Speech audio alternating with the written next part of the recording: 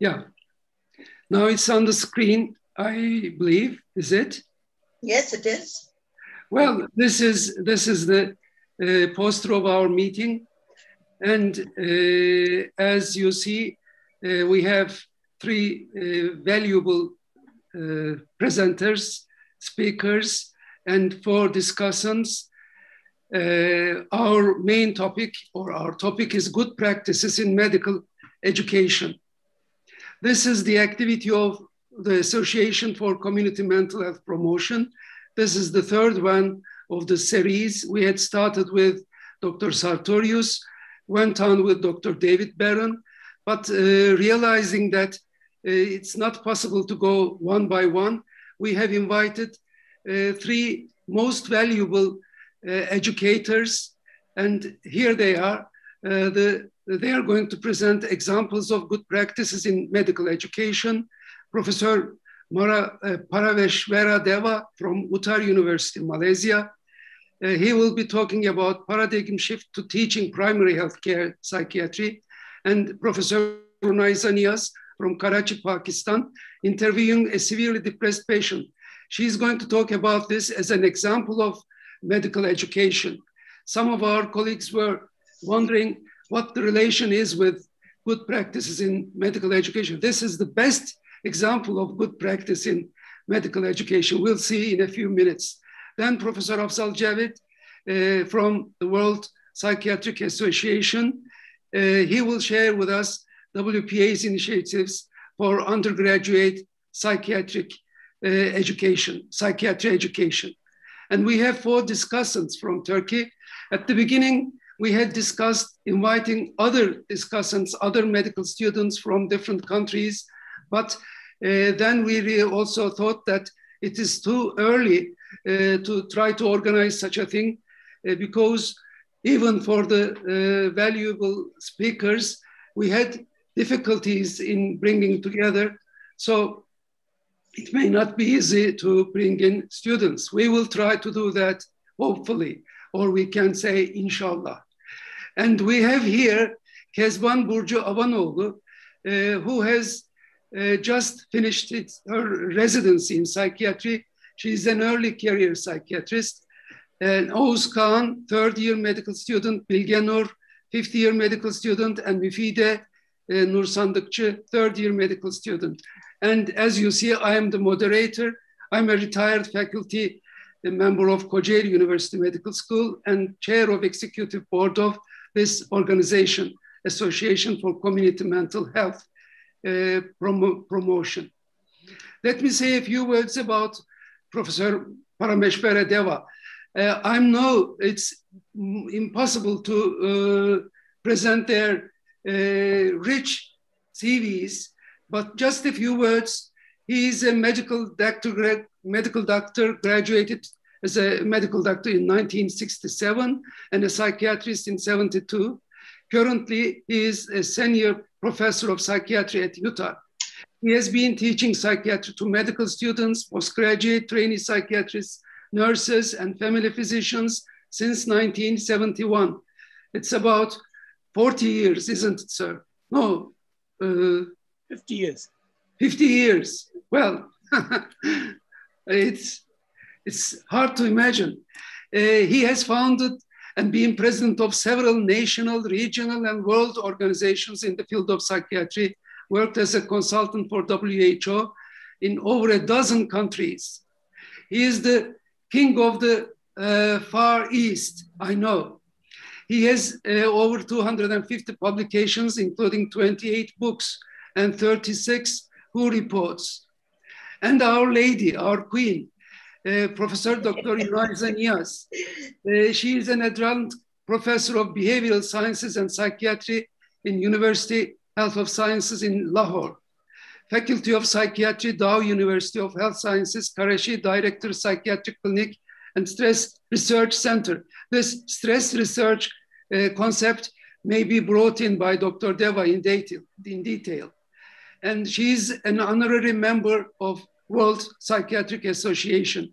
She is the founder of several women's mental health organizations in WPA, WWORF, World Federation for Mental Health, and international, what's that, AWMH? International Associations of Women Mental Health. Is that so? Yes, yes. I made it. And she is also president of Pakistan Society for Traumatic Stress Studies. As you see, it takes so long to get even a summary of the CVs of our great, valuable guests. And she has studied on conflicts in Afghanistan and Pakistan. She has written a lot about those, worked with refugees and IDPs. IDP? Internally displaced people. All right. Especially women and children, of course, has practical experience of PTSD, suffering of displacement and migration. She has flair for teaching medical students and postgraduate students of psychiatry as the same as the other two colleagues. And she is the past advisory in psychiatry, College of Physicians, Surgeons in Pakistan. I couldn't talk about her publications.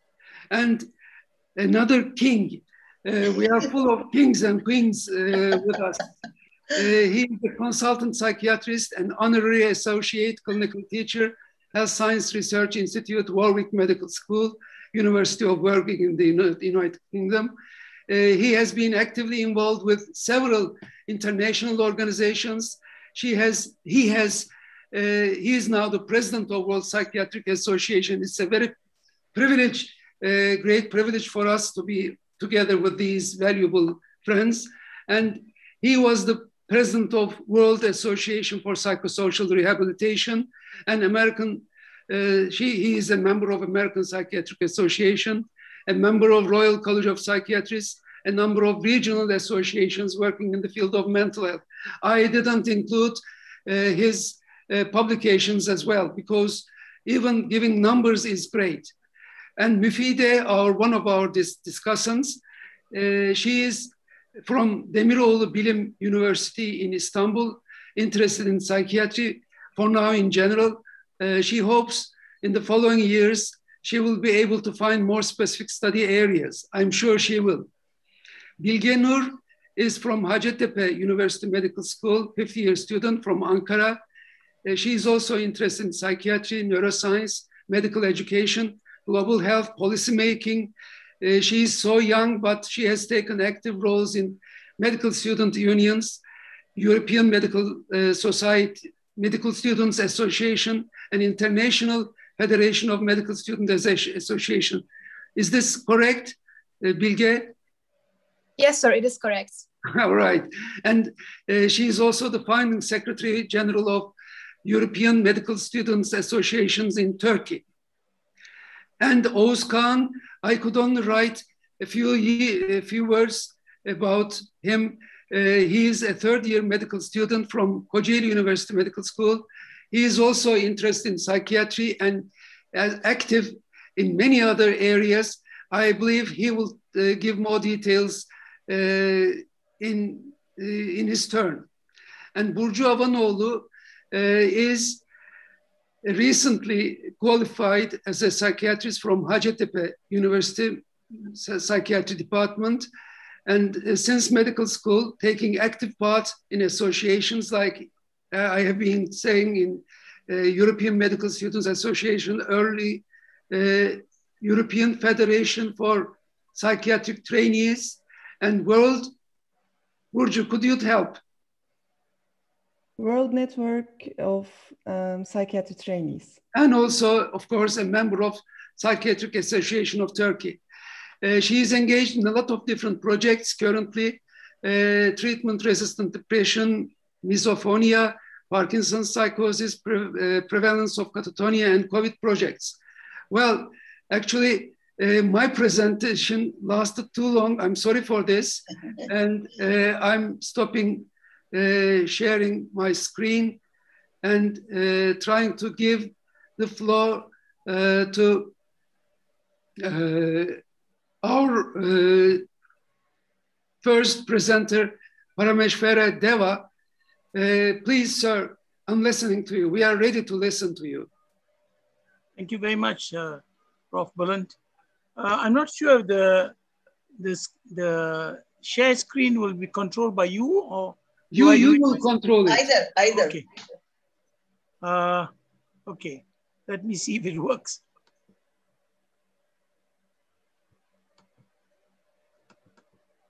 Okay, good. I hope it works. It does. Yeah. Yes. This is, let me see. I have to minimize the, all right. This is a bit unusual in the field of psychiatry. I've almost never come across anybody who has wanted to change psychiatry. Everybody is very comfortable with psychiatry, but I'm not. As I said, I've been teaching for 50 years, and I find many defects in the teaching of psychiatry, particularly in the low and middle income countries, or what we call LAMICs. Now, Turkey is well part of Europe now, and I think it's more advanced than us. But in East Asia, particularly in Southeast Asia, the Pacific Islands, and even for that matter in large countries like India and China, psychiatry has got a very low standing. And this presentation will actually highlight some of the reasons for this and why we should try to change this teaching of psychiatry, because teaching of psychiatry is where it all starts. I'd like to just acknowledge my students and my patients who made this stress management clinic, which you see on the left and on the right, the two pictures, possible. And that's the basis of my talk. Now,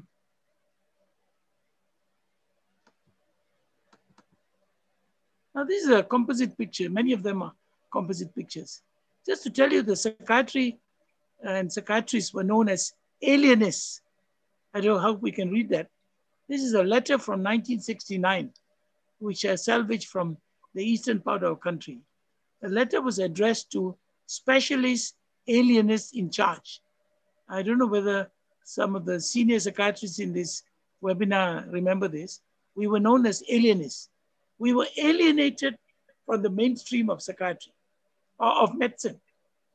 So we were more used to patients being locked up with chains. These are from museums. And patients being locked up and chained, even as recently as about 10 years ago. And the psychiatric wards look like this.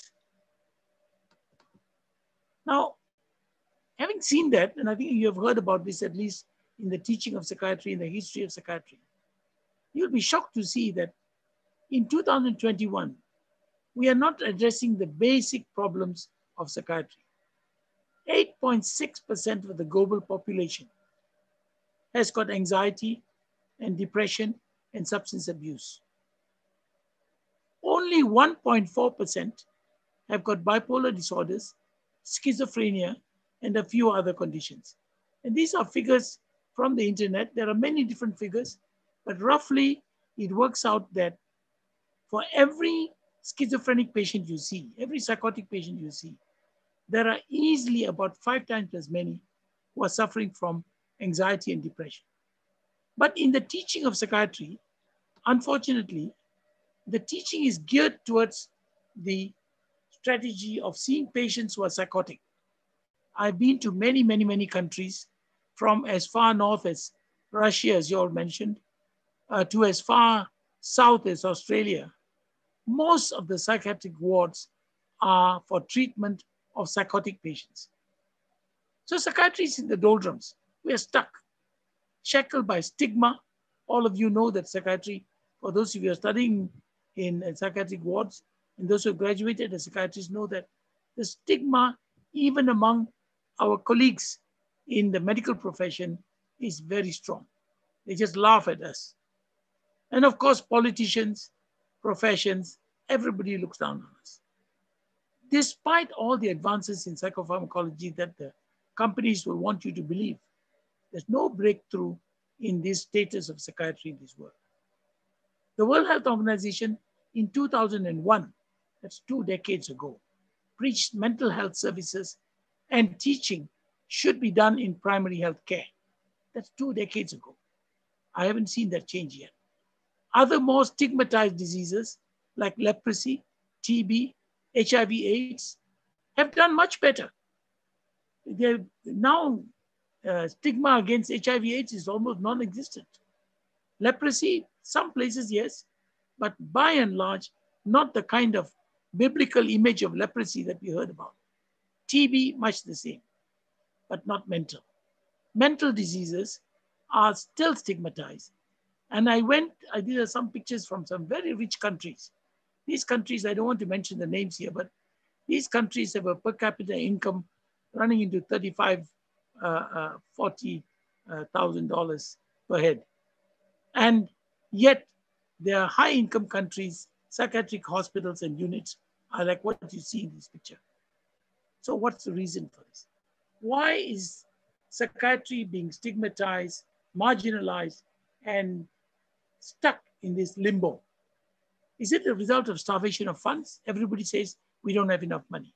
I agree to some extent that money is very important in this world. Is it the result of ignorance, a result of prejudice? Or, and I'm challenging all of you for this, are we to blame? We, the professionals, the psychiatrists, have we been barking up the wrong tree? Now, this is a very complex slide. I don't want to go into this in great detail. It's available to all of you when the recording is made, so you can look at it in some detail. Basically, psychiatry is not only psychosis. Psychiatrists, as they pointed out from the data, are supposed to look after patients with anxiety and depression and stress more than psychosis. Psychiatrists need to do more for primary health care patients. And there are nowadays, everybody's talking about non-communicable diseases and people who are stressed. Tobacco, alcohol, unhealthy diet, physical activities, cancer, cardiovascular diseases, cerebrovascular diseases, diabetes, chronic lung disease. All these are closer related to anxiety and depression and stress rather than psychosis. And this picture on the left is a picture of a primary healthcare clinic in Malaysia, where I have a stress management clinic recently added. It has got 1,600 patients per day. According to WHO, at least 20% of them should have significant stress problems. Much larger numbers having NCD, non-communicable diseases. But the Foulds, F-O-U-L-D, Foulds pyramid of diseases has shown long time ago, and WHO endorses this again and again, that the top of the pyramid, which is meant for long-stay patients and patients with the chronic illnesses in specialized hospitals and so on, is actually a small part of the whole mental health problem. That pyramid is largely composed of problems that patients try to cure for themselves through self-care, informal community care with or without any kind of guidance, and mental health service through primary health care. So actually more than half, in fact about 2/3 of the mental problems are related not to psychosis, but the students are taught psychosis most of the time.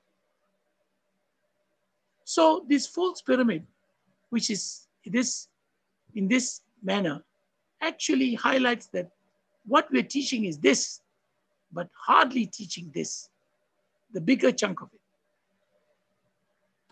So what we need to do is, we need to have a shift in the paradigm. What we've been used to for all these years, we need to shift that, long overdue, where a large number of patients who can be managed better with anxiety and depression in their stress by better attention in the teaching of psychiatry. And the cost of this is very low. The cost of the psychosis, psychotic, where we need hospitals, wards, beds, institutions, is very high. Dear Professor, yes. may I ask a question now? I will interrupt, I'm sorry, but yes, please. Do you have the possibility to take your medical students to these centers where they will they will be able to see stress management live. Do you have that Yes. possibility? If you will bear with me for another few seconds, Oh, I'll show sorry. you the slide where it's being done. Sorry, Where I started sorry. this about 8 years ago. Excuse me. Okay. Okay. So you'll see that soon. So what happens is every hospital I did sabbaticals in Germany, in America, in Canada, and I visited many, many countries in the course of my work, in the course of meetings, conferences, and so on. Everywhere I go, psychosis is the primary importance to teaching. But what about the anxiety and depression and stress, which is this psychosis-centered psychiatry, the cost is very high. That for primary care is very low. And I'm not saying that we should ignore the psychosis. What I'm saying is we should teach mostly stress management in primary care clinics and less of the psychosis, and leave the psychosis to postgraduate teaching, where much more effort is required to overcome these problems. So to answer Prof. Bullen's question, this is the kind of teaching hospital, I don't want to mention the countries, teaching very rich country. I can assure you this country is much richer than Turkey, much richer than Pakistan, much richer than Malaysia. And the teaching hospital has got a locked rooms like this, serene room. Just the name has been changed to serene, but this is where the patient has communication with the psychiatrist. This is another such country, bars, bars, bars everywhere. And this yet another country. This country is a poorer country, not very poor. It's a medium income country, where students from schools are taken to show what the mental hospital looks like. So we have been trying to reduce the stigma by having things like walkathons, running practices, art competitions. Fun rarely changes stigma. Stress management clinics do. So way back, for the cost of about $1,800, I started a stress management clinic. And the reason why I started this is the primary care clinic has lots and lots of stress patients with anxiety and depression, but they're not detected because the primary care doctors themselves are not very attuned to psychiatry. And there are no psychiatrists there because it's primary care. Everywhere it's the same problem. So I opened this clinic, got the students to help me. We even put up the posters outside, changed the stress management clinic of Utah. And this is the inside of the clinic. Patients are being interviewed by students and myself supervising them. And we went on, and this is in the interest of time, I cannot show you more slides. Most welcome to contact me. My email is at the bottom and I'll show you what all we do in that clinic. So it's time to shift the paradigm in services and teaching of healthcare professionals. Change the focus. This is my take-home message to all of you.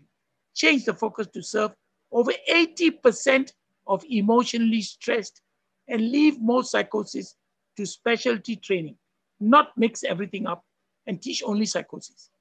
Change the name to stress management clinics. Change the venue to primary healthcare setting and understand stress. Train in stress management, counseling, which I do in my clinic there, which I showed you just now. We train on stress management, family problems, work problems, people who are getting involved with alcohol and cigarettes and everything. And less, not completely ignore, but less psychopharmacology. Most of my patients get minimal medication, but a lot of counseling. Manage daily human problems before NCD, non-communicable diseases, overrun the physical health. World congresses have yet to change stigma. I've had so many contacts with people who are trying to take stigma by having art competitions and walkathons and jogathons. It hasn't worked. So thank you very much. Teşekkür ederim, that is in Turkish. Thank you very much. Shukriya, Pakistan. And Vinaka, that is Fiji. Thank you, Tumas, that is in Papua New Guinea and Timor-Leste. And terima kasih in Malaysia. By the way, thank you in Malaysia basically means please accept my love. And that's my email. Thank you very much. Thank you. Any questions, I'm most happy to answer.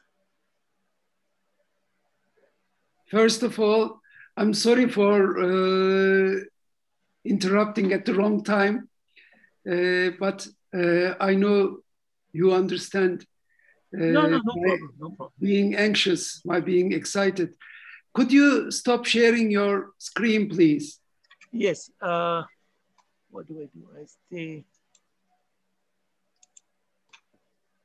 down somewhere. Share screen, stop sharing. Well.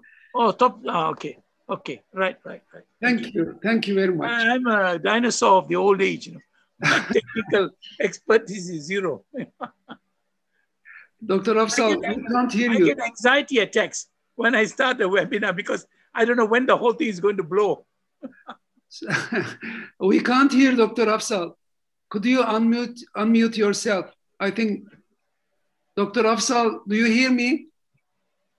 We can't hear you, Afzal. Afzal, could you hear me? Speaking to someone else. Maybe. Okay, all right. Burcu understands the issue. Would you like to have all the questions together, or should we take a few now? What is your preference? I'm okay with anything. Let me ask the young friends. Just a few. Please, Bilge. Thank you, Dr. Deva, for the amazing presentation. Mine is more like a support rather than a question. Stress management, as you said, is quite important for the undergraduate levels. And most of the time, we oversee our medical students' problems. And actually, the student rate among medical students is increasing drastically. So I think stress management is an essential skill for each and every human being. And being more educated on the level of stress management as medical doctors is helpful for us for better managing our patients as well as ourselves. And also, as you said, it is the first thing to do when we are trying to overcome the NCDs. Thank you so much for your presentation. Well, thank you for your remark or comment, Bilge. It was really important to support what our dear King says. Well, any other comment or question?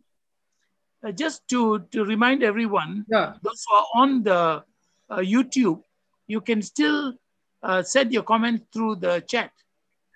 Well, yeah, but unfortunately we don't have any comment now. Thank you for reminding that. I was just wondering, Professor Deva, in an outpatient clinic or in the community, what sort of things can you do with the patient? For example, saying I'm just talking in general, exercise, relax, do this, do that. But any other specific exercises or techniques, what sort of things do you suggest practically? Yeah. Actually, the method of managing a stressed patient is somewhat different from the standard psychotic patient we see in the psychiatric ward, psychiatric hospitals. True. And the thing that I discovered myself is that I hardly use medication. I was working in psychiatric clinics, hospitals, general hospital psychiatric units, university hospital. I was lecturer, professor, everything. And I used all the medicines that anybody uses. When I went to primary care psychiatry, I found that actually you don't need the medicines. Because these patients, actually it was a problem trying to recognize who is stressed and who's not. That itself is a problem. Finally, after something like about 20 years of doing this, I finally came to a conclusion how to detect before we go to management. I'll tell you about detection. First and foremost is you ask any patient in primary care. Don't go to the psychiatric ward because they are all psychiatric patients already. Yes. Go to primary care. You go to primary care and ask them, are you having any problems with sleep? That's all. I had a list of questions to ask, but it's too long. We don't have time. So just ask if there's sleep problems. Sleep in psychiatry is like temperature in general medicine. Everybody now, with the COVID, everybody gets the temperature taken. And the moment you got a fever, you're sick. Okay? Now, what do you do for psychiatry? You got to become pretty mad before you're recognized with a psychiatric patient. Now, we don't need to do that. We just ask them, are you sleeping well? Of course, if they say they watched Turkey in the World Cup and they couldn't sleep, well, that's a different thing. And they won't come to the clinic anyway. No, they won't come to the clinic. But a lot of patients, especially elderly patients, they will complain that they cannot sleep, not only for a few months, few years. And we said, all right, we identify them as stress patients. Students bring the patient here and they interview the patient like a psychiatric case. What's the problem? History, family, age, what work you're doing, retired, how do you support yourself, any problems, this and that. And the opportunity that the patient gets to pour out the issues that give him stress, that give him sleep problems, immediately relieves the patient. Number one.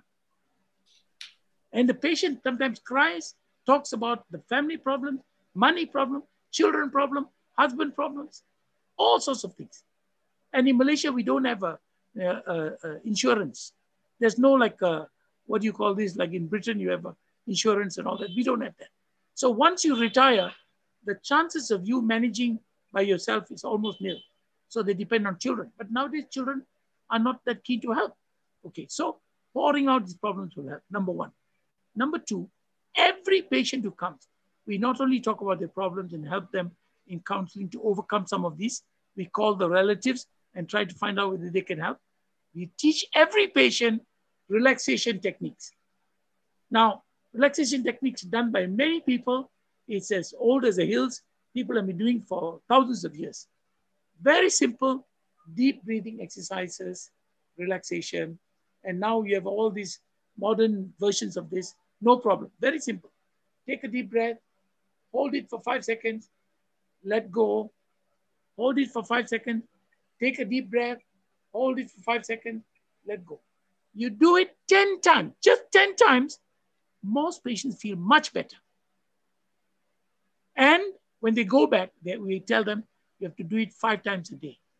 Each time, not more than 10 minutes. And whatever the source of the stress, we ask them to come over with the relatives or husband. Or sometimes they come, sometimes they don't. Sometimes they say, no, he doesn't want to come. Well, then we're in trouble. We don't have a social work service in the clinic, but we see them and follow up. And I would say more than 60% of them improve without medication. So this... Thank you. Sorry, yeah. Sorry, due to time limitations, can I ask you to... That's in a nutshell. Yeah. Very little medication, relaxation techniques, opportunity for the patient to pour out his or her problem. And the last one is get the family involved, because the source of stress is usually within the family. Sometimes it's money problems and all that. We also have got the methods of getting some financial help through various agencies, religious agencies like the Islamic religious agencies, the Chinese. Do you recommend meditation and prayers if they're religious? Absolutely. The trouble is, I'm not a very religious person, number one, so I can't give you any views. I always tell them, every religion, if you call yourself a religion, you have got methods of relaxation, of meditation. Not one person claim he has got meditation. Everybody has got meditation. And very important, please pray. If nothing can work, prayer works. So I'm not a religious person, but I know it works. So why not? Thank you. Thank you very much. Thank you very much. I know Mifide had raised her hand that can I, if it's not so urgent, can I leave it to the end so that we can go to the second speaker due to time limitations, Mifide? Would you? Yeah, it's totally fine by me. Thank you. But we'll keep it in the list. Thank you very much, Professor Deva.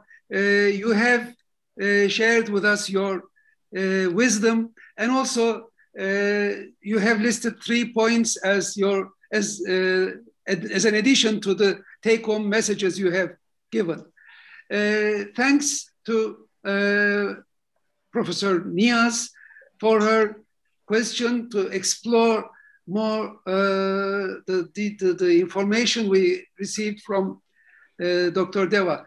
Now, may we turn to your presentation within the time limits. Thank you for your being with us, Dr. Niaz.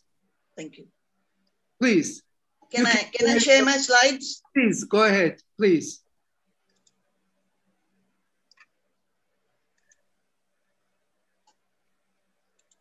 Can you see my presentation? Not yet.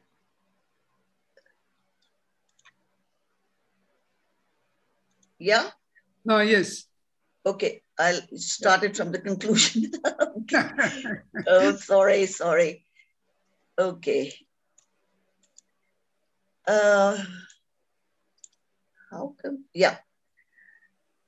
I will first of all like to say that I took a privilege as Professor Buland, Dr. Buland said that we could talk of our experiences to the younger people.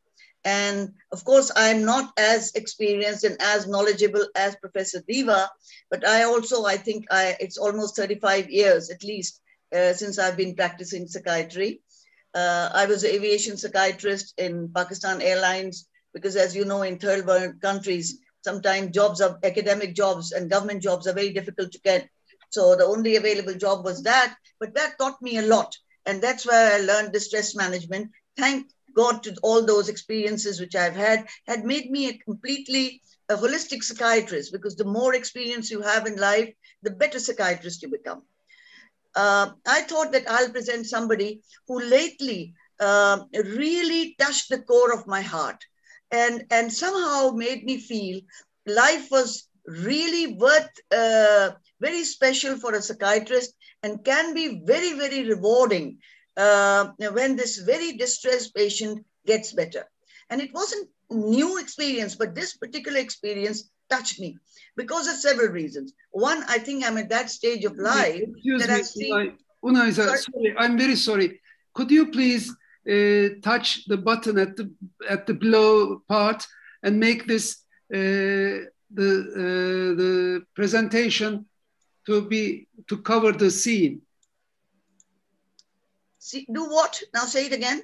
To enlarge the presentation, enlarge the screen. Oh, okay. Thank you. Okay. Is it enlarged? No. You go to the last of the 3 icons at the bottom, next to the lower down. Oh, I got it. I got it. Exactly. Thank you. Yeah. Okay. So the main objective of my presentation is to, how do I do that? Put this over here. Is to share an experience of interviewing a 27-year-old a lady doctor with severe resistant depression. And the reason I present is because in some ways it will let the other students and the other junior psychiatrists to know that when you're seeing a fellow colleague, a doctor, and of course this lady was much younger, so it wasn't really that difficult from the point of view, supposing I see somebody of Dr. Bulant or Dr. Deva's age, it will be slightly different. But here I wasn't challenged by a much senior person. It was a much younger person, but still it had its own, I would use the word not stress, but challenges.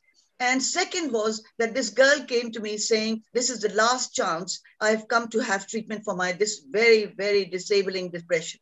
So the two things suddenly made me, a little alert. Then the other reason why I present this particular patient is that I asked her, because she was very articulate, and she told me that she has a blog, she writes, she makes money through internet, writing articles for things for the some pharmaceutical company, and for certain other organizations, little articles, medical articles, etc. So I thought that I'll ask her to write the narrative of her whole history. And I found that this narrative, which I read, was extremely helpful to clinch the diagnosis.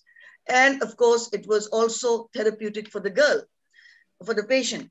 Now, another very important thing was at the time, because she said that this is a last chance, and I'll tell you more what happened during the interview. She wasn't sure if treatment will help, and she had tried several treatments, and she was very reluctant, but she came at the same time hopeful, because she had heard a lot about me, that she's into psychotherapy and she's et cetera, and she's also writes and academic and whatnot. She came to me. So I had to convince her that yes, she can be treated, and it's important that she must follow her treatment plan. Those were the two things, and I think that's something which we all forget over a period of time. We have to tell patients from the very beginning that they can be treated. And the importance is that they should have a follow-up treatment, they should follow the treatment plan. Another thing which again made me very much aware was to highlight the importance of facial expression, eye contact, tone of the voice, and flexibility in letting patient take over the conversation. Because I've seen quite a few junior doctors and students, and even myself, when we were taking, in earlier days, when I used to take history, I would say, okay, what was the reason for referral? And then complaints, and then immediately go on family history, and then go on. And sometimes patients don't like that. They want to talk of the present history of present illness. So you can jump to that, and you don't have to be rigid about it. But that's very important, and particularly in this case. I just quickly want to go through this little history of depression. Dr. Deva did mention, Professor Deva did mention how psychiatrists constantly are treating psychotic patients. And of course, this was a psychotic depression, which I'm going to talk about. Yes, we do talk, and these are miserable conditions, which normal public find very difficult, and they do not understand. They may not have insight, they may have insight, and general doctors do not understand that. But finally, they come to doctors, psychiatrists, and by the time they come, they're very chronic, and then they are obviously admitted, etc., etc. But of all the illnesses, I find that depression is the worst thing anybody can go through as far as a psychiatrist I'm concerned. And if you really go back historically, you'll find that Galen, Hippocrates, and Aristotle's writings on depression are have long been on this depression, and they've written multiple articles, etc. And they say that melancholy is the most wretched, degrading mental state, because it makes you feel awful. You cannot control it, whatever. Like this girl, she said, I felt awful and I couldn't control it. Burton says there is no torture of body like unto it. All fears, griefs, suspicions, discontents are swallowed up in this ocean of misery. And of course, we all know, and I would again request all students, anybody in psychiatry, read Robert Burton's Anatomy of Melancholy. And this has greatly influenced over the years several writers, notably John Milton, Samuel Johnson, Dorrance Stern, Charles Lamb, and of course later on Shakespeare, Byron, Keats, etc. And they do talk of depressive mood states, etc., and melancholia. And my favorite poet was, of course, Keats and Shelley. And I will never forget this particular thing which he said, or sweetest songs are those that tell of saddest thought. And I remember as a young girl, of course, we are all very romantic at that age. Guys and girls, all are romantic at that age.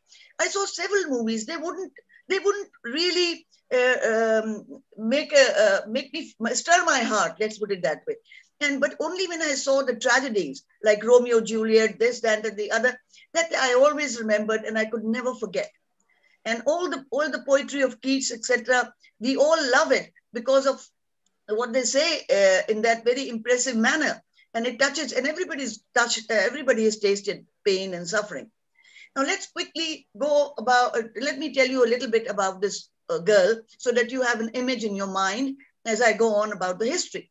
She was a very slim, olive complexion, rather tall young doctor, wearing a black t-shirt and jeans. She had prominent eyes marked with the outline by black eyeliner. She was wearing a mask, And she was looking around with her face almost covered by a mask. She, in fact, unfortunately, the day she came, it was a weekend, and she was the last patient in the clinic. Sorry, where is it gone? Last patient in the clinic. And, oh dear. She was the last patient after a heavy clinic, and on the, as I said, and after routine introduction, I suggested that we start with the demographic history so that I said I should know about you, so please let me get some basic facts. And as I said that, she suddenly burst out shouting in a loud voice, "You don't care. I don't like you. You're so mechanical." And you know, it was end of the day. I was tired. I was also had a mask, etc. And she had told all those things which I've told you, that I was as a last resort, she came to me and she had chronically been ill, etc., etc. The first thing spontaneously which I did was that I realized that she couldn't see me, neither I could see her. So I asked her, "Please take your mask off so that we both see each other." And I said in a soft voice and looked at her with concern and care. And really, if you look eye to a patient and you look really concerned, they can feel it. As you feel what they're feeling, they can feel it. And I'm a feeling doctor. Frankly, I'm into psychotherapy, etc. And otherwise too, I am a feeling person. So and I said, "Well, look, I'm here to help." She said, "Yes, but this is," she went on and on and on. I said, "Well, look, you've all the way come, you've come to see me. You've already taken time. Why don't, let me talk to you." And so the thing went on. Oh yeah, she said certain things like, you are a doctor and you don't have any idea what depression is. You've never suffered, etc. And I won't go into details what I told her. I will now jump to her narrative. Sorry. She wrote in a narrative, this is a start. "The thing about depression is it never announces its arrival.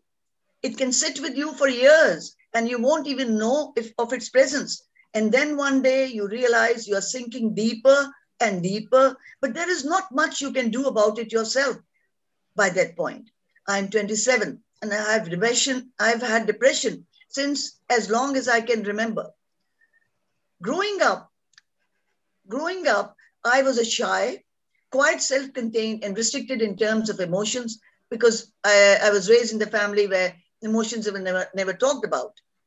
Reading was one of my major escapes from reality. I had a book left unfinished. I wouldn't be able to sleep. Also, I would pick up a pen and paper and just write. Art was another companion. Most of the free time was spent sketching, drawing, or crafting something.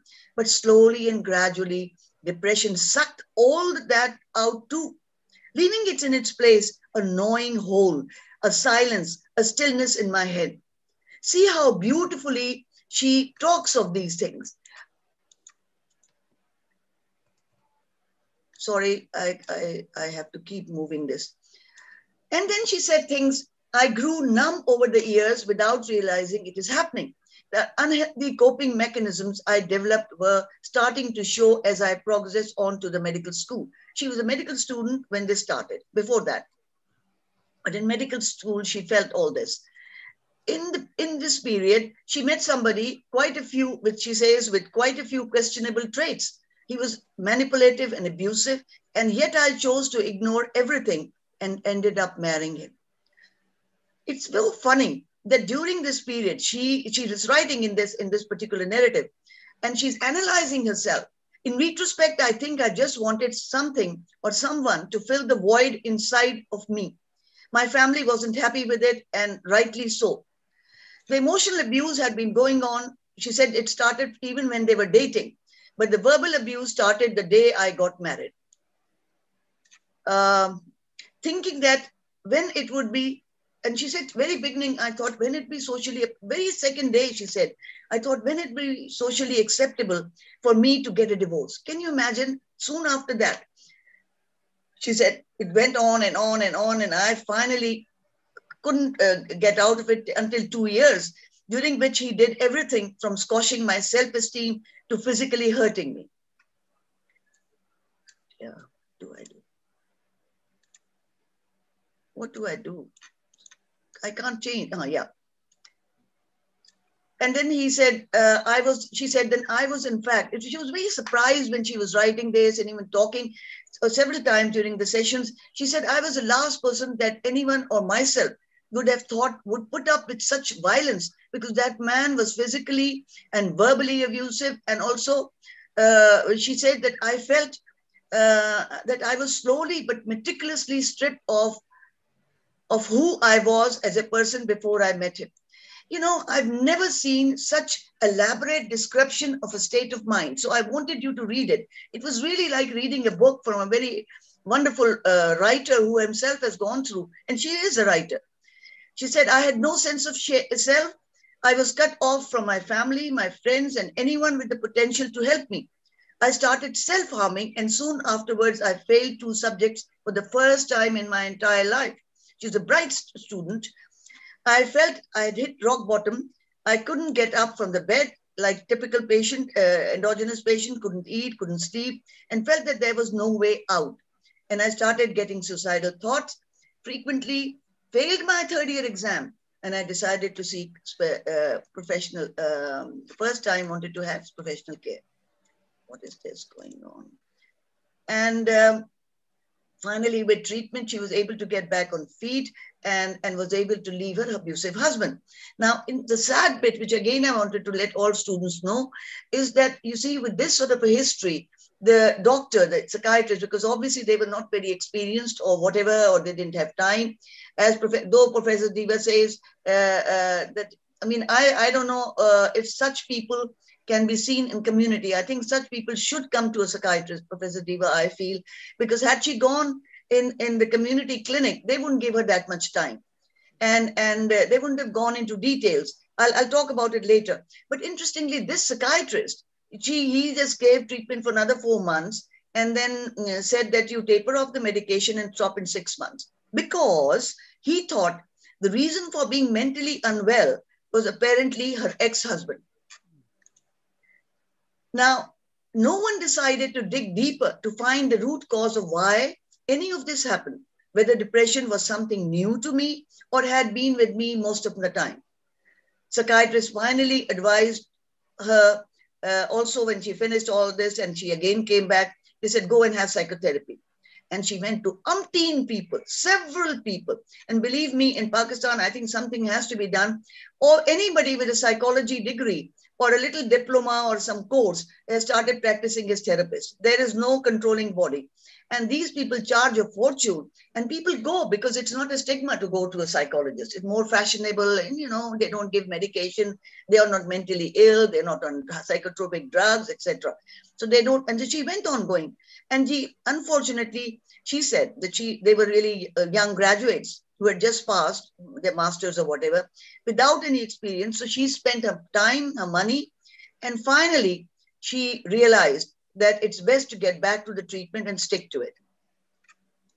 And luckily, she said that I had no time to heal from divorce. I managed to graduate. In between, she got divorced, with the medication, she managed to graduate, did a house job, and a roller coaster ride had begun. Because then she started, with a group of friends, she started drinking a little and doing drugs. Her mother, unfortunately, had a late onset Friedreich's ataxia, was bedbound, and got worse. And the sad bit is, she says, unbearable suffering, though I was never close to her, had zero emotional connection. But I couldn't see her like that because she had detached herself. But in that very numb state too, it was a mother, there was an instinct, she felt terrible. And then she said the only escape was substance abuse. I was partying, laughing, dancing, yet it felt as if I couldn't feel anything, but she felt nothing except anger and deep down inside guilt. And finally, she said, reputed psychologist whose attitude was very enabling, very interesting how she uses words, aware of all my substance use, she encouraged me to do so because at least it was getting me happiness, but it wasn't. I mean, that is the reason why I felt, I don't know, I mean, I felt so I could feel, she touched really the core of my heart. Anyway, she says the sister then told me to go and see psychiatrists. She said, I did go to 2 psychiatrists and they were much younger people. And one of them, she said I was suicidal. So, and apparently she took an overdose or something. And he said, don't you worry. It wasn't a big deal that you took an overdose and that to kill yourself, because he knew someone who had tried it 5 times and survived. She was so upset. Unazia, I am very sorry to remind you the time problem. Okay, quick. And the other one said, oh, you were brought up in Saudi Arabia, so you go back to Saudi Arabia. Can you imagine? This is what psychiatrists are telling. Anyway, her mother passed away and she got very upset. And she then realized that she has to stop everything. And then just before her birthday, last year, she finally felt that I don't want to, everything seemed unrealistic. She had suicidal thoughts and she felt worse during the lockdown and she took an overdose. And that's overdose, quickly. And as I said, just before birthday too, and she almost died. And family didn't give up. She went for a holiday. Again, very interesting, very depressed patient, went for a holiday on no medication, no drugs. She felt better. She came back in the same environment, went back. And she continued feeling numb. And this is the bit of depression which I want to talk about. I thought I loved my, oh, sorry, this is, and then she came to me, she had treatment, sorry. I think I will, how much time I have? No time.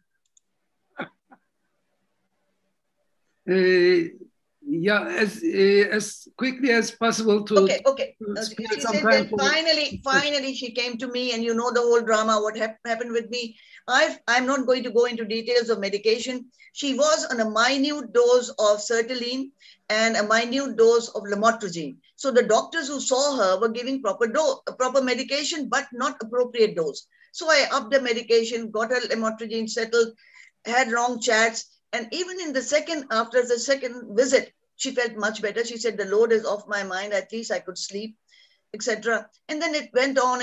And she said she felt very much better.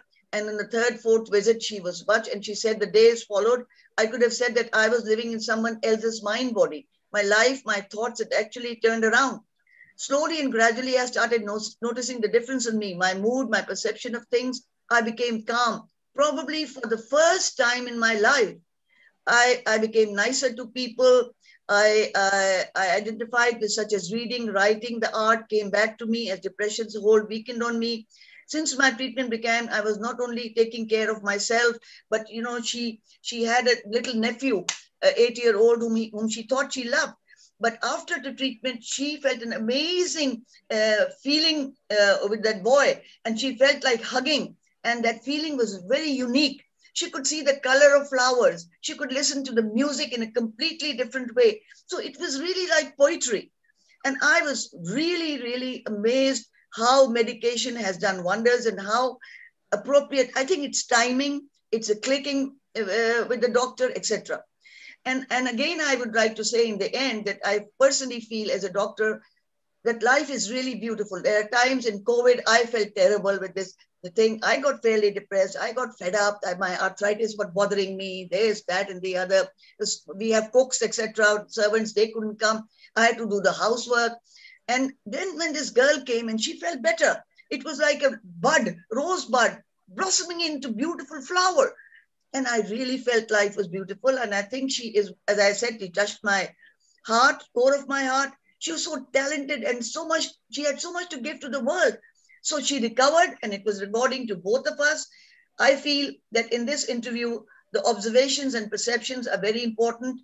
Again, I was reminded, the posture and demeanor of the patient is far more important than even getting questions and replies from the patients. And empathy and communication, I keep on repeating, is very important as a psychiatrist. And again, narratives can be amazing. And I wouldn't have made a diagnosis of depression. I wouldn't have started, increased her mood stabilizer. And I think she has to remain on mood stable long term. I don't know how it will go. So that's all I wanted to say. Thank you very much. And could you stop sharing? Yeah, I do that. I do that. Please. Yeah. I'm very sorry about the time. No, it's okay. Okay. Thank you very much for the beautiful presentation of yours. I don't know what to do. How do I get back? How do I get rid of it? There is this stop share somewhere below.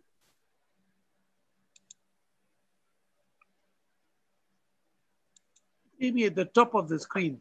Stop share. Top of the screen. Okay. Oh, yeah. Got it, sir. Got it.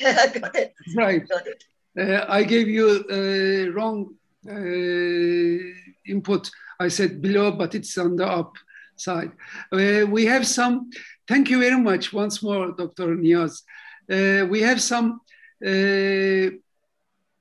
questions from our audience, but due to the time limitation, if we have any question from at least one or remark from our discussants, let's hear that and then pass to Professor Afzal Javed. Afzal Javed, yeah. Is there anyone who wants to say one thing? It's a medical student who wants to talk. I couldn't. Hello. Yeah, please go ahead. Professor Unazia, my question is how to reach more fantastic people like this to get rid of their problems like this? I honestly think how to get such patients, or how to get more, help them more. What's your question exactly? Like, how do we encourage them to come to psychiatrists, and how do basically? I think public awareness, because I must say that I have been on the Pakistan television for years now, almost I would say since I came to Pakistan. This is way back in early 80s that I used to go on television and talk about different illnesses. And in fact, frankly, I would say that Pakistan Psychiatric Society, we had conferences, etc., and we all used to write articles in the daily newspapers, go for a talk shows, etc., have international speakers who came for the conferences, like Professor Deva and Balland, etc., on the TV, and talk about different themes in the psychiatric conferences, etc. So people became aware, and I think the media has played a fantastic role. The films, the overall, I think Americans are very much into psychiatry, but there was a negative aspect. But I think the awareness is more positive, and people are getting understanding to that. I remember a long time back, it was Al Gore's wife who had this thing. And I remember Nicole Kidman had postpartum depression. So even actresses and people came out in the open and talked about the thing, and that helped.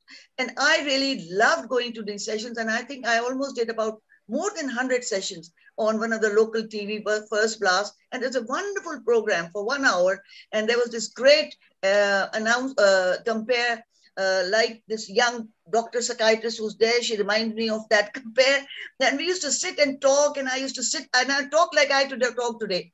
And people loved it. And whenever I would go in parties or in the bazaar, people would hold me and say, oh my God. And even in PI, I had patient leaflets, and I kept it in the OPD, in the general medical OPD, surgical OPD, and people read. I remember once I met one of the very senior directors in PI, and she said, Dr. Unazia, you've helped me. I said, me? You've never come to me. She said, no, my husband died. And I had read an article about bereavement after a death of a spouse. And really what you wrote helped me. Things like that are so rewarding, Dr. Deva. I'm sure you've gone through it. I'm sure Afzal has gone through it.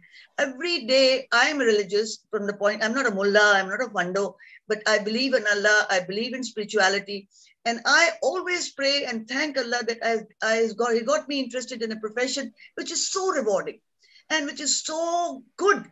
And that I enjoy it, and seeing people get better, it's fun. And seeing this girl blossom, believe me, I can't show you because of whatever reasons. She's a smart, brilliant, pretty girl, lovely eyes, smart. She writes so well. She's as good as any English writer, I honestly think. So I think these things help. Thank you. Thank you. It's great. And you go to all the conferences, for example, Pediatric Association Conference, Gynecology Conference, Physicians Conference, Endocrinologist Conference. I always go and present something. So they all know, they send patients. And I think now media has become, and another interesting thing is people from the villages. If one person gets better, they think it is black magic, or it is some superior, some Satan or somebody has taken possession. And one person gets better, they say, oh, go to this doctor in Karachi, she knows how to do it. So people come to me from interior Sindh, from Balochistan, and though I practice only very little now, but I get patient by word of mouth. I understand. I understand you promote mental health in general terms. I have. Before going to Professor Afzal Javed, Mufide raises her hand, but please be brief. Okay. Okay. Mufide, could you say what you are? Yeah. Okay, I have two questions and I'm going to ask them really quick. First of all, I really thank both of you for your great presentations.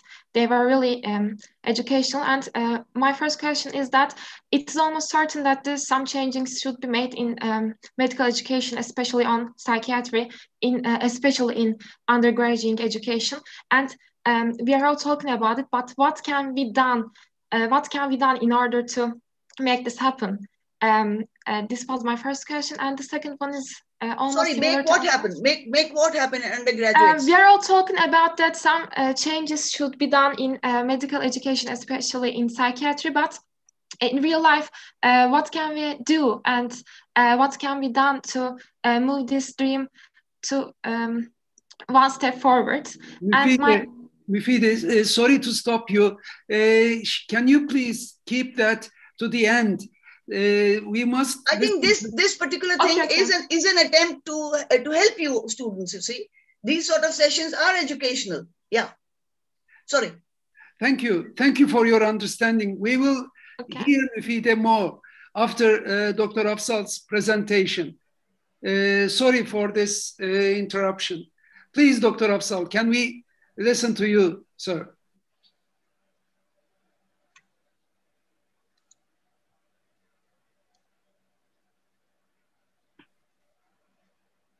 Can't hear you, Afzal. Unmute.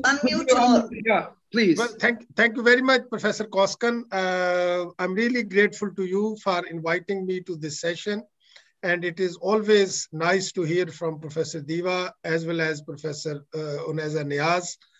This is indeed a very, very good effort to promote psychiatry, to promote mental health, and to promote the psychological well-being, especially involving the young participants who may be the custodian of our specialty in the coming years. I will be just reviewing some of the issues which are related to the undergraduate teaching in psychiatry, and in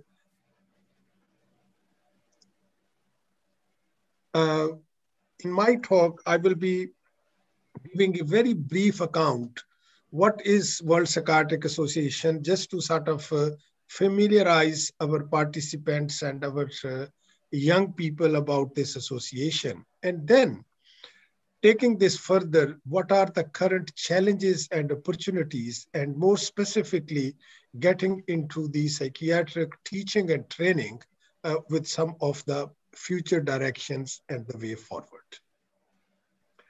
Many of you know, and especially you, Professor Deva and Professor Unazia Niaz, is well versed that World Psychiatric Association is an association of national psychiatric societies. We have got 145 member societies, and these are coming from around 121 different countries. And their membership actually constitute the membership of WPA. And in this way, we are representing around 250,000 plus psychiatrists all over the globe. Now, why this important topic is so important to us? Mental health is not only important, mental health is also relevant on its own, and more importantly, when we look at from the perspectives of general health and general social care. Professor Deva was mentioning about the extent of the problem, and it is not only in the developed countries, but also in the low and middle income countries. One of the major problems is that the recognition and the awareness that even in 21st century, we have not been able to identify the true extent of the burden and the true extent of the problem. However, we have moved a lot. We have come to a point that now, with all efforts of the professionals, general public, and media, at least in some parts of the world, the issue of mental health is getting more important.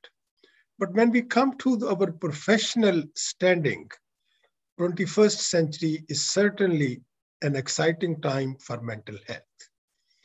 We have seen and we have moved from asylums to big institutions and then to community psychiatry, and now promoting to control and to support our mentally ill while they are living in their home. And then, of course, during the last century, there has been an increasing awareness about mental health problems, although we are still lacking the way it should be recognized. There are acknowledgements of scientific basis along with advances in investigations like imaging and new treatment approaches. And one of the very important and salient feature of this exciting time is that there is an increasing awareness by patients, users, caregivers, and the families. And this is what is going to be more relevant and appropriate for our future planning. Everybody says that there is a general agreement around 25 to 30% of global population have got some mental health problems. Some say 1 in 4, some say 1 in 5. But the ground reality is that despite this increased epidemiological finding, more than 2/3 of patients with mental illnesses receive no treatment.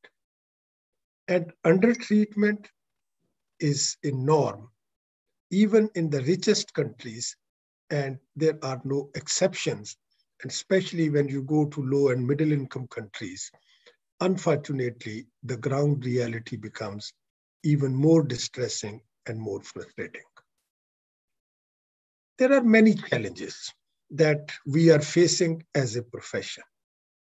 Just to name few, there is lack of acceptance from our colleagues.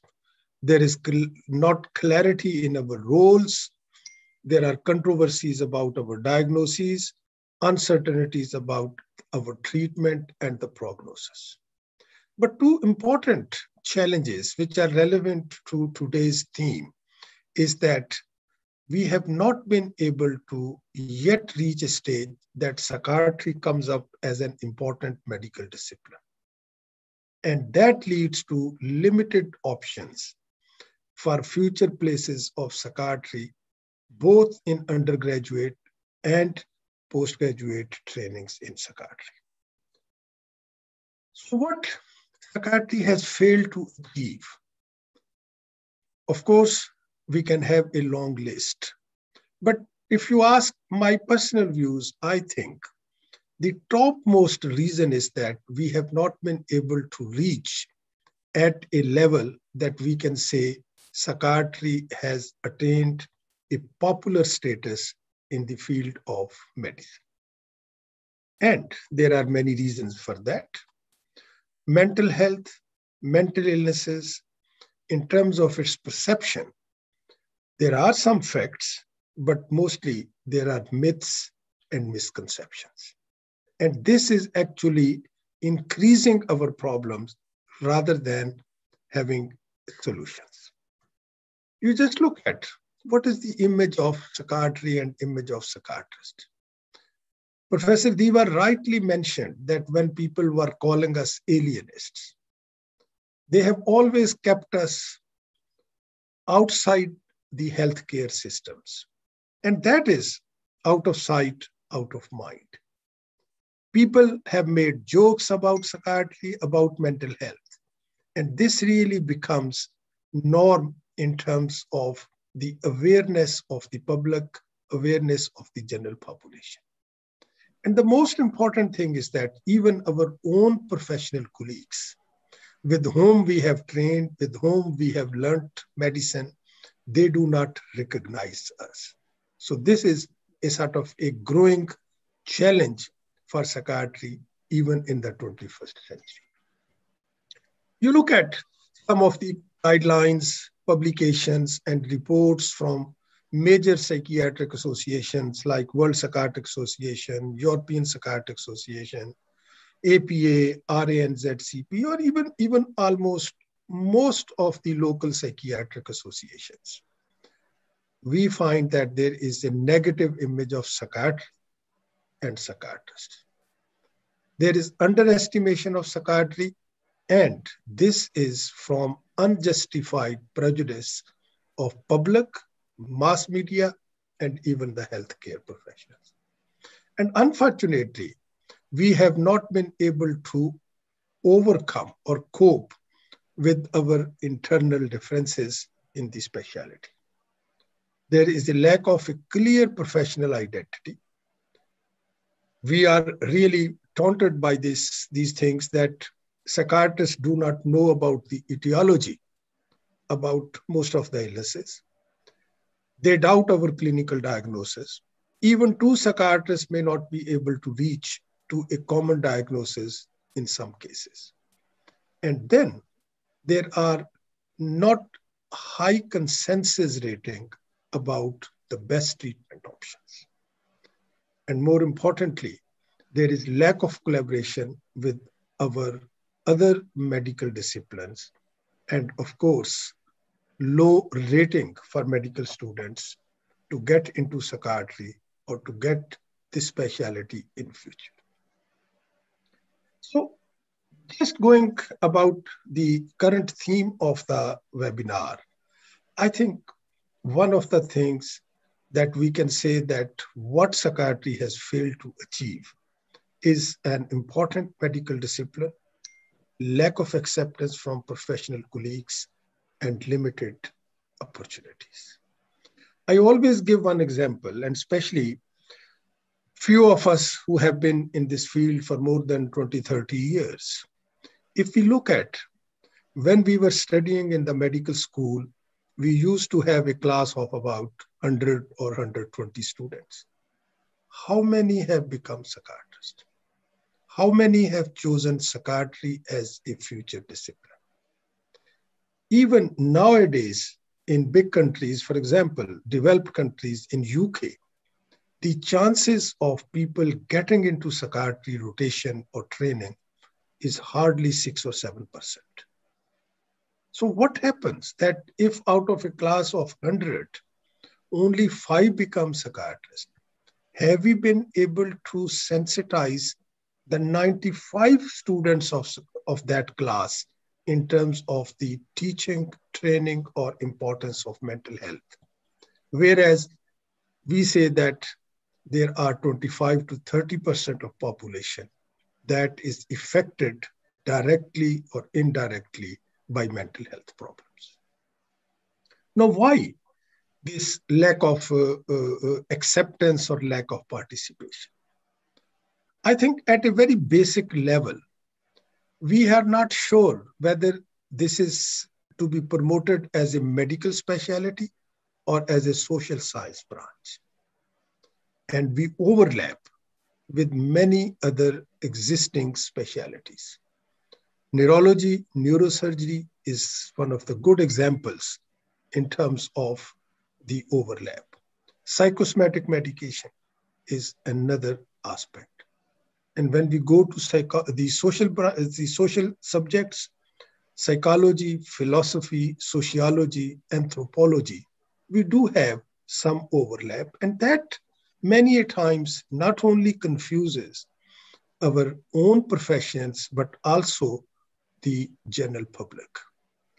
Many people will not be able to find the difference between a psychologist and a psychiatrist. And this is, again, a reason why we are losing that particular perspective that needs to be important for our organization.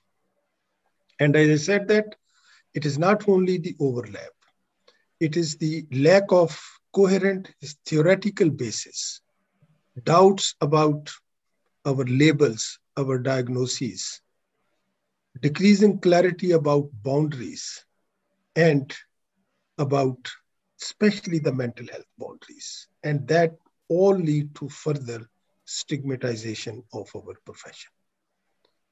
So coming back specific to the undergraduate teaching in psychiatry, I just want to emphasize that this is the most important aspect of our future strategies.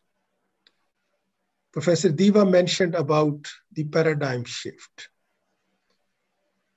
Equally important that we take psychiatry from psychiatric institutions to primary health care. But what I just want to emphasize in this presentation, that how can we promote psychiatry to be a rewarding career in the undergraduate medical education? We will never, ever have enough psychiatrists. But what we can do is that at a very basic level, we can always try to emphasize the importance of psychiatry, the teaching of psychiatry at our basic undergraduate level.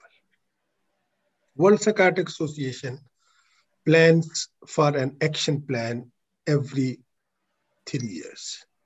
So for the current triennium, our action plan has got 6 main areas.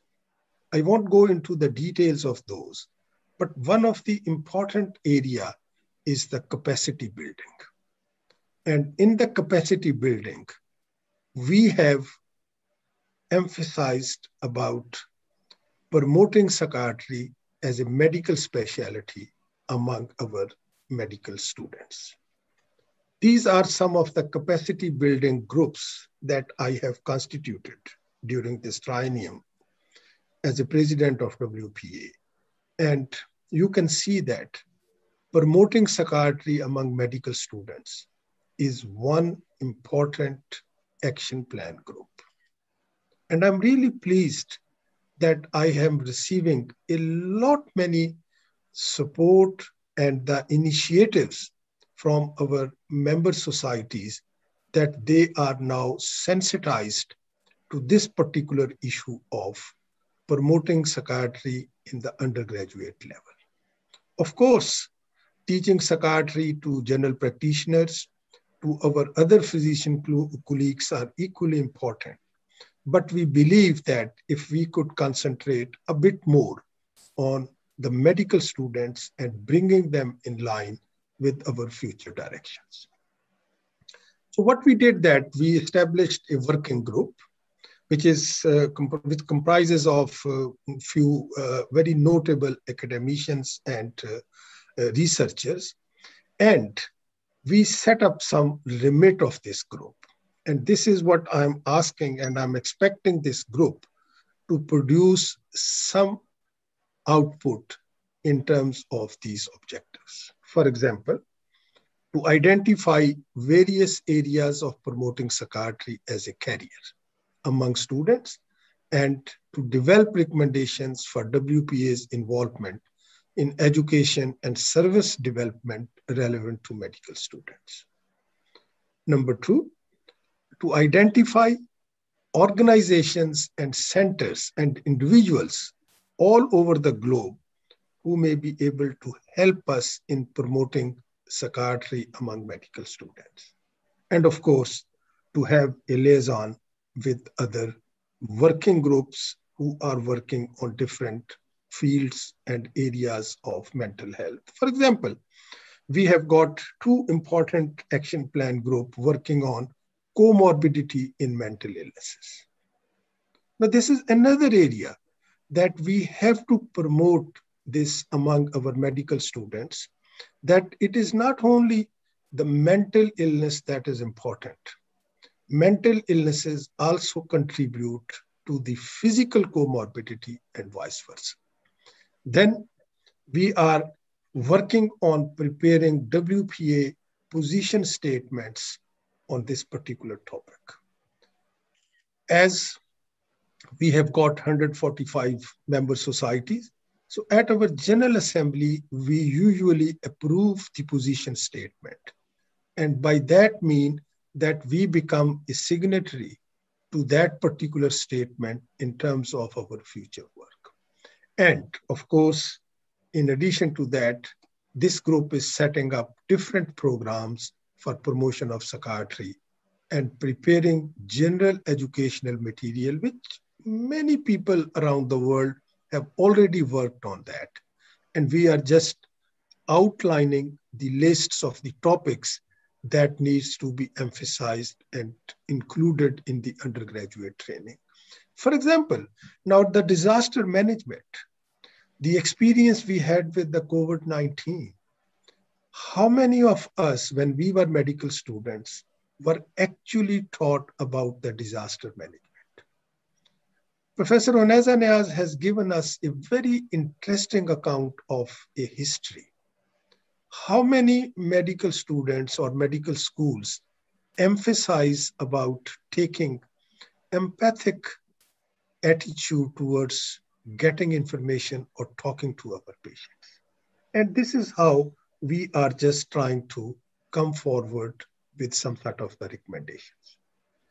Now, we have done a number of seminars in different parts of the world. I'm grateful to Professor Koskan because he has been instrumental in organizing these specific seminars in Turkey.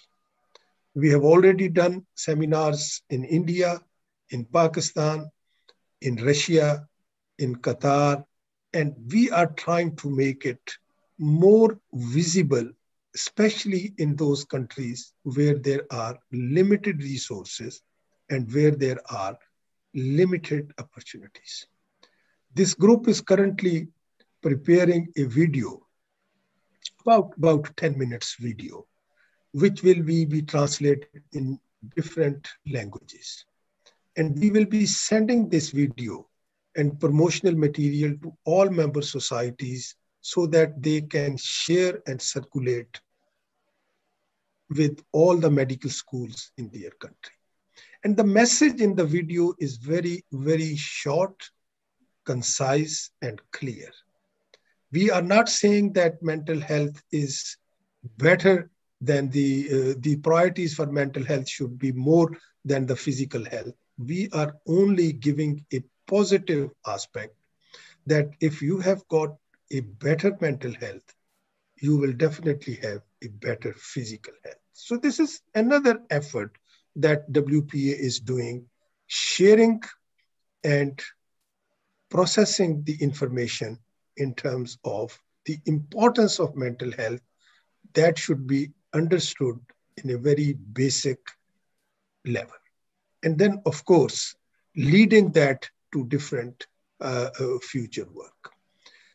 I'm also working on a sort of a set of questions that we are preparing, very simple to proceed, very simple to answer, that we will be asking medical schools to use that questionnaire at the time of the induction of medical students. For example, when they enter the medical school, we would be asking their attitude, their knowledge, and their skills in terms of understanding mental health. And then we will ask them to repeat this question in their final year, that over the period of 4 or 5 years of undergraduate medical education, how much influence they had from the teaching of psychiatry or inclusion of psychiatry in the curriculum.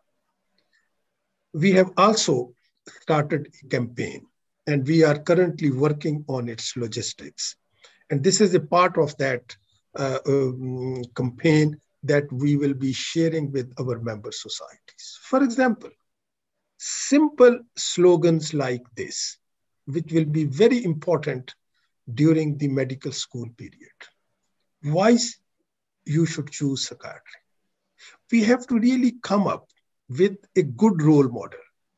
We have to tell people, the students especially, that psychiatry doesn't mean that we treat people in chains. We should not give them the horrible stories that psychiatric patients are violent patients. We have to really put a positive aspect. Do you want an exciting and challenging career in a growing specialty? Do you enjoy having the time to work holistically with your patients? Do you like to work in a supportive and stimulating environment? This is what we do.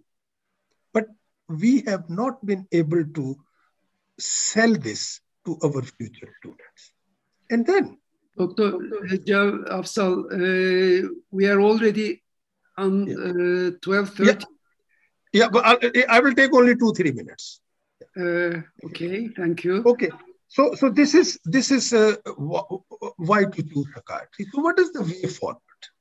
The way forward is that while we are talking about the innovations in psychiatry and mental health, one of the initiatives of WPA is to work on specifically promoting psychiatry at the undergraduate level. And this is my last slide, that let's join forces to dispel negative views towards psychiatry as a discipline, psychiatrists as a medical professional, and psychiatric patients as dangerous and non-treatable.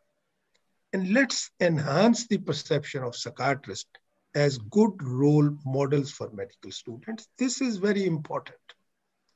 Medical students are always influenced by looking at their teachers. So we have to produce those teachers who could influence our future generation. These are some of the links if students want to look at about the importance of mental health, the students groups, different organizations, different member societies, including WPA have put that. And this is really a message that we have to go to that grassroots, especially in our own profession, if we want to make our specialty more important and more relevant for our future use. I'll stop here. Thank you very much, Professor Koska. Thank you very much for your presentation, and sorry for again. No. Yeah. But we are already over 12:30, so I would suggest my colleagues, discussant colleagues, to make their comments and ask their questions all together, and we will have the last tour for the speakers to answer them. Müfide was on our list, then Bilge will come. May I ask you, Müfide, to please continue your questions and remarks? Yeah, first of all, I really thank you for these great presentations. And before I ask my question, I really like to add something. Psychiatry has become very popular among Turkish medical students, and it is really competitive to get into psychiatry residency. In Turkey, it is more competitive than neurosurgery or neurology or any other medical professions.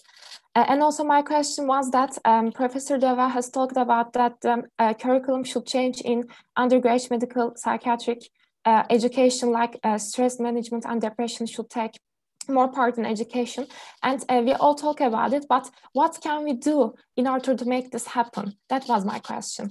What steps should be done to make this happen? Yeah, thank you for all of your great presentations. Thank you.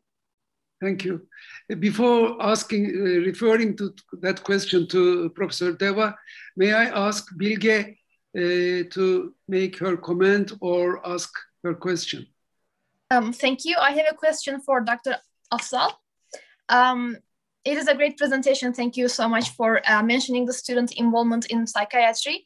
My question includes that I see that you are having a lot of steps towards including students into psychiatric education. May I ask, are we able to, as students, are we able to sign as members to World Psychiatric Association? For example, I am able to sign up for several other associations in several other specialties, and I am receiving a lot of great invitations from them. I'm receiving some articles, I'm receiving some discussions to get involved in. I'm receiving a lot of scientific papers from them. However, I don't think that it is quite possible for World Psychiatric Association, or I fail to do that. And also, are you including medical students into these groups that you mentioned? Because as far as I'm concerned, motivating the students that are already interested in psychiatry is the best way towards including other people, other students into those groups and into those residencies. So are you also accepting students to be a part of these small working groups? Thank you. Thanks for your question. I would remind you my last message about the World Psychiatric Association's section on psychiatry, medicine, and primary care for the webinar where we had invited medical students, including you and some other colleagues. This is not being a member. Dr. Afzal will give more details about that, but our section's meetings are open to the medical students and their comments and their even participation. Yes, any other remarks or questions from our discussants? Yes, Burcu, please. Hello, thank you all for the great and inspirational presentations. I have a quick comment.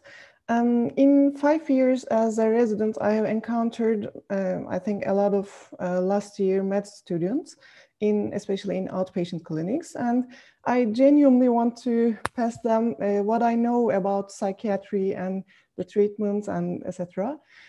And I experienced that there are, I think, 3 types of students. First ones were motivated ones, and they immediately ask you the questions. And some, the second type, they are not interested in at all. But there is the third type that they are in the gray zone, I think. And as a resident, with my motivation to convey my kind of knowledge, I take them, I determine them as my target group. And I believe our motivation to educate is also essential. So not just their motivation, but also our motivation to spread the knowledge and to educate the, especially the students and maybe the doctors that have the other specialties. Thank you. Many thanks to Burcu.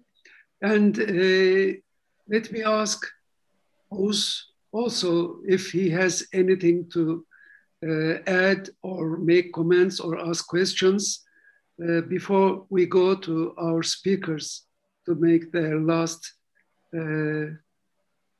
Many thanks, sir. I would like to thank everyone that presented here. It is a really great sharing of vision today.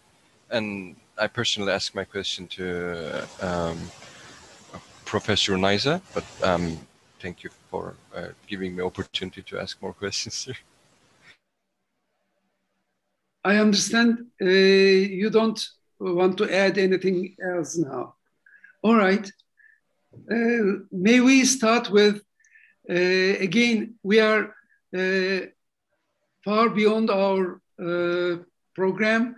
May I ask our speakers to briefly answer the questions asked to them and also to make their last comments.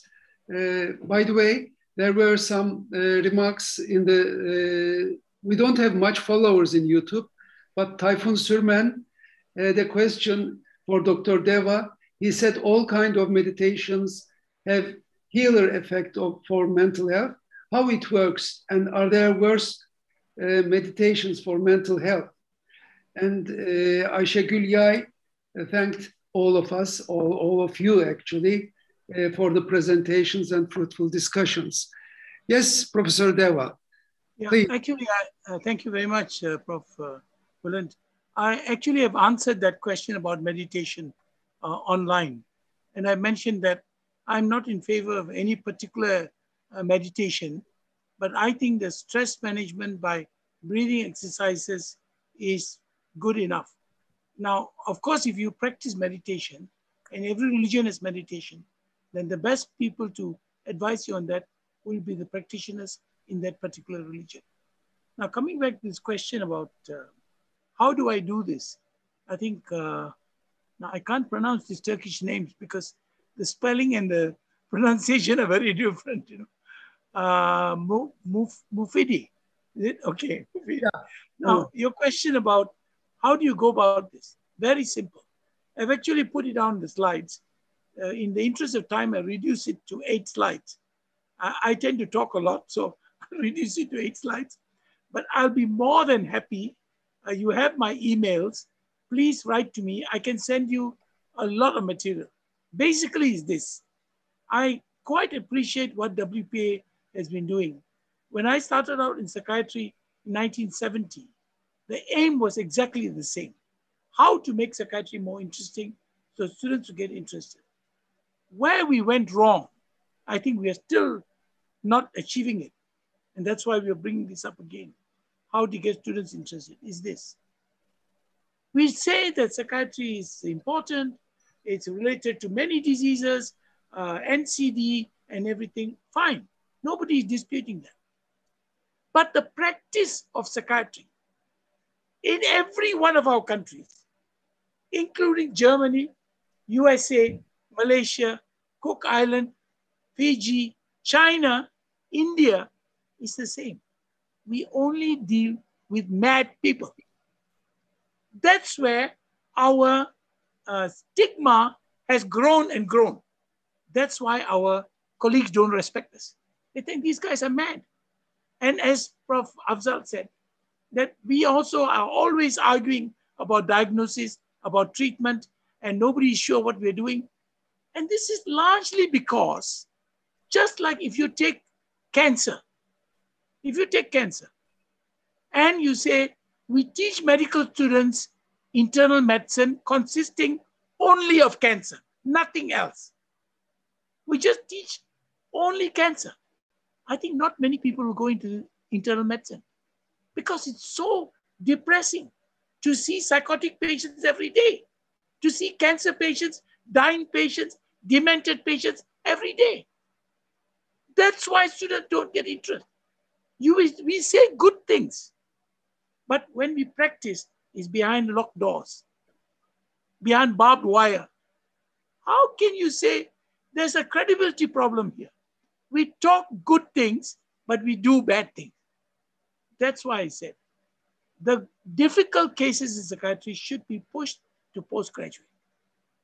Undergraduate teaching must focus on stress, anxiety, depression. That's it, with a little bit of psychosis. That's the way to go about it. To answer your question, I think we have to practice in our teaching.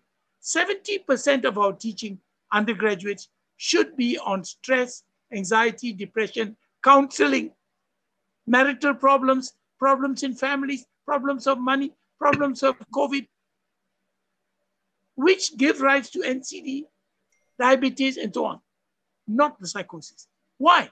Because the psychosis is very complicated. And to treat psychiatric patients, we dump everybody in the same room. There's mad fellows, there's anxiety patients, there's young girls who have attempted suicide because of boyfriend. Do you know in many of the poor countries, including Pakistan, India, and many other countries, in the rural areas, the patients, the young girls who attempt suicide because of boyfriend problem are locked up in police cells. Police cells, even now. I have been to these places. I've seen patients locked up inside. How do you expect a medical student to be aspiring to become a psychiatrist when this is what psychiatrist's image is? The image is so bad that we will never get out of it. No amount of propaganda by me or people older than me or by WHO or WPA is going to make that difference, because the practice of psychiatry is still 18th century, has not changed. Until we change that, we cannot. So that's why I started the stress management ward, the stress management clinic. And I tell students, if I had my way, I'm not the dean of the medical school, but if I had my way, I will spend 75% of the students' time in the stress management. No locks, no bars, no walls, just stress. And then they will find that there is a lot of meaning to that.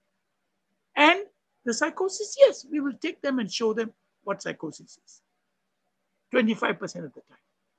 That's my answer. Thank you very much. Sorry to take up so much time. Thank you, Professor Deva. I couldn't agree more with what you have been saying. Thank you. And now maybe as a reply to all of you, one medical student, Sibel Jawahir, says, thanks for presentations. I guess I will start thinking about psychiatry after these presentations. At least for one medical student, we have achieved our goal.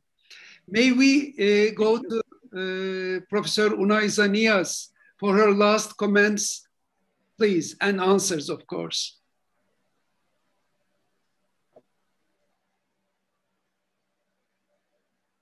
You're mute.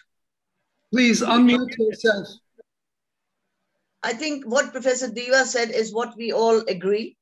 I think there are 2-3 things. One which is very important is the appearance and behavior of the psychiatrist. Because I remember till I got into psychiatry, the psychiatrist I'd met when I was in Dow Medical College was a very, very ancient a Parsi guy, Kawasji, and he was absent-minded, gray-haired, and, come with this. His tie was going haywire, and he would mumble, and we all students sat in because we need to have attendance. So we didn't listen a word, and we were constantly laughing, whistling, and he sat there, probably he was hard of hearing. And that's the impression we had. But later on, when one of my classmates, and I was a medical student, had anorexia nervosa, that's how she went to Dr. Haroon Ahmed, the professor Afzal Javed was talking about in Karachi, and how he was well-dressed. He was like Sidney Poitier in Sir with Love. He was three-piece, guy, very polite, and, he talked, and I was one of the bright students and also, so I kept on saying, she also had carpopedal spasms, I said, she has carpopedal, she has calcium deficiency. He said, but what other conditions? So then finally he said it could be hysterical response or something. But the way he talked, the way he listened, and compared to him, the other physicians were very rude. The surgeons were make fun of this patient. And similarly, when I went abroad, all the psychiatrists I met were all very well dressed, tall, handsome, wearing three-piece suits, and grand, articulate, good sense of humor, talking down to earth. And I loved it. And I always felt that I will always remain smart, down to earth, talk to students, joke, because that makes a difference. Absent-minded professors talking through their hat, I think this is what is important. And then we shouldn't be dogmatic. We should be great friends with the students. And I do feel that, as Deva said, not only about this stress management, of course, that's a bundle term, but all sorts of things. I mean, I help students with examination phobia. I help students with phobic anxiety disorder, people with plain phobias and things, and dramatic things happen with them. They get better, So I think we should talk of that. Things are changing since psychiatry has come into general hospitals, and we have psychiatric units in general hospital. Liaison psychiatry I did long time back at the Royal Free Hospital, and that was fun. And people were amazed. And there was this female, because there were very few females at the time. And I was there, and there were all these people, the neurologists, the physicians, and I was there, went with confidence and smiled and joked, and I really helped patients. And they started liking. So I think personality matters, your communication matters, and your command on certain things matter, and your faith in human beings matters. I mean, now student, what's his name? August? How do you pronounce? Yes. Yeah. Yeah. Okay. I mean, it's interesting. All these students are, they've got bright eyes, they're interested, they're full of, they're thinking, their ears open. It's such a pleasure to teach students. So I think we psychiatrists should spend more time on communication, especially with students and other colleagues, and laugh and joke and not be isolated. So I think the younger psychiatrists are much better, I would say that. The older ones, there were very few, and they were all, anyway, in the large mental hospitals, and they behaved as psychotic patients too, probably, or whatever. But the new psychiatrists are very different. I mean, look at Bulent, always smiling and joking and pushing us into things we don't want to do, but he makes us do. So I think these are the things which is important. We should be down to it, and we should be very mysterious and fun-loving also. Like I presented this case, talk about the good things. And this girl is going to be an asset. Virginia Woolf was quite nutty. I think she probably was bipolar or schizoaffective, but this girl is brilliant. And the way she writes, the way she talks, and I told her so. When she was desperate, I said, look, you'll be wasting your life if you kill yourself. And you don't take, I promise you will be getting out of it. I know that you will get out of it because it's a biochemical thing. And these things will be treated, and rest of the things will catch up because you're so smart. And believe me, she told me the way you trusted me. And I said, look, you're so slim, you're smart, you've got lovely eyes, you dress up well. What are you? You're already a doctor.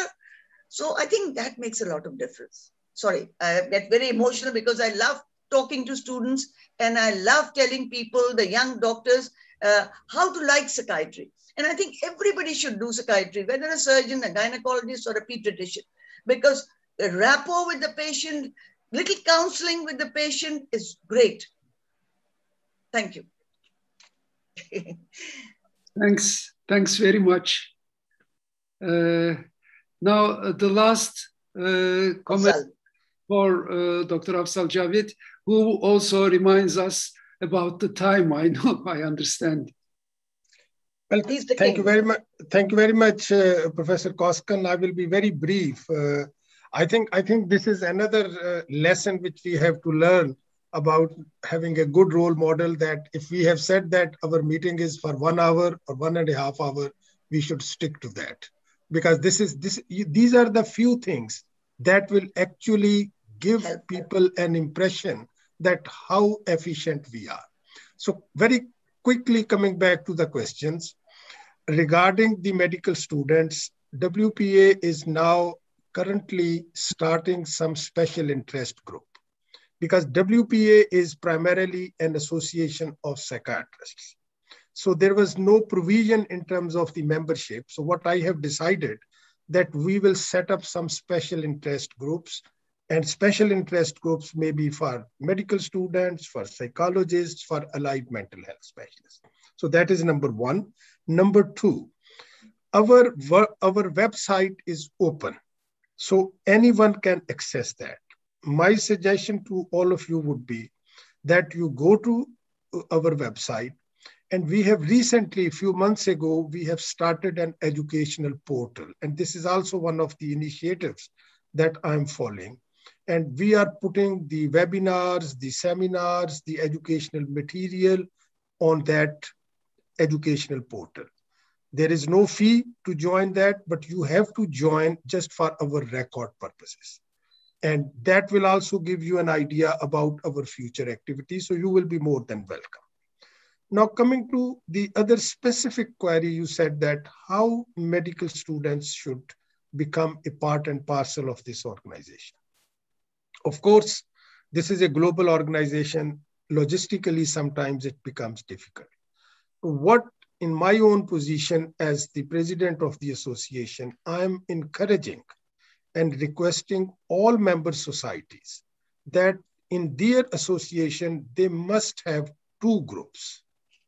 One group for medical students and the other group for patients, carers, and families. Because this is our future. And many member societies have actually agreed on that.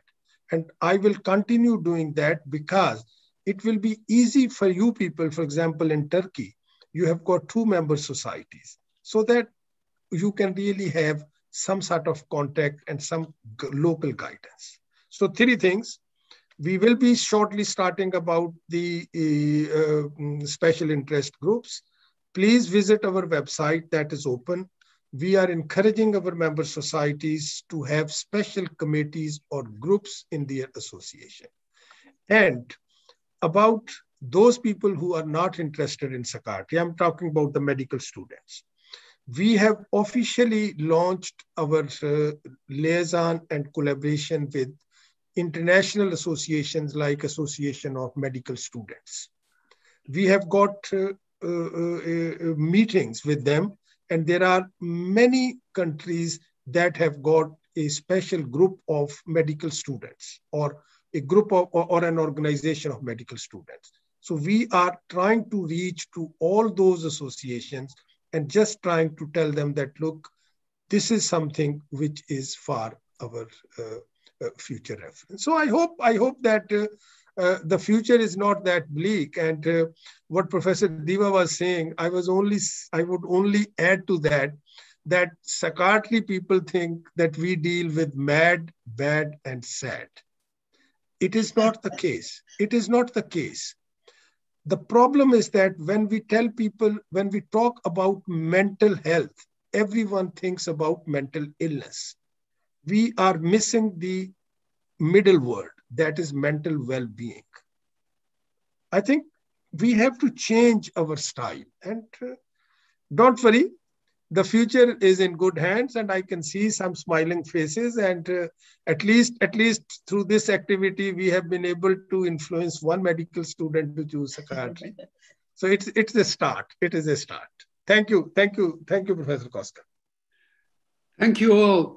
May I also ask, in front of all our listeners and future followers of this YouTube recording, you said there is room in WPA's webpage for webinars. Are the webinars of NGOs, for example, this one, Association for Community Mental Health Promotion, would you consider sharing some of our webinars as well in that web page of yours? Maybe you can just consider it. I mean, you don't have. No. We are very open, and we have got a committee headed by our Secretary for Education, Professor Roger Ng.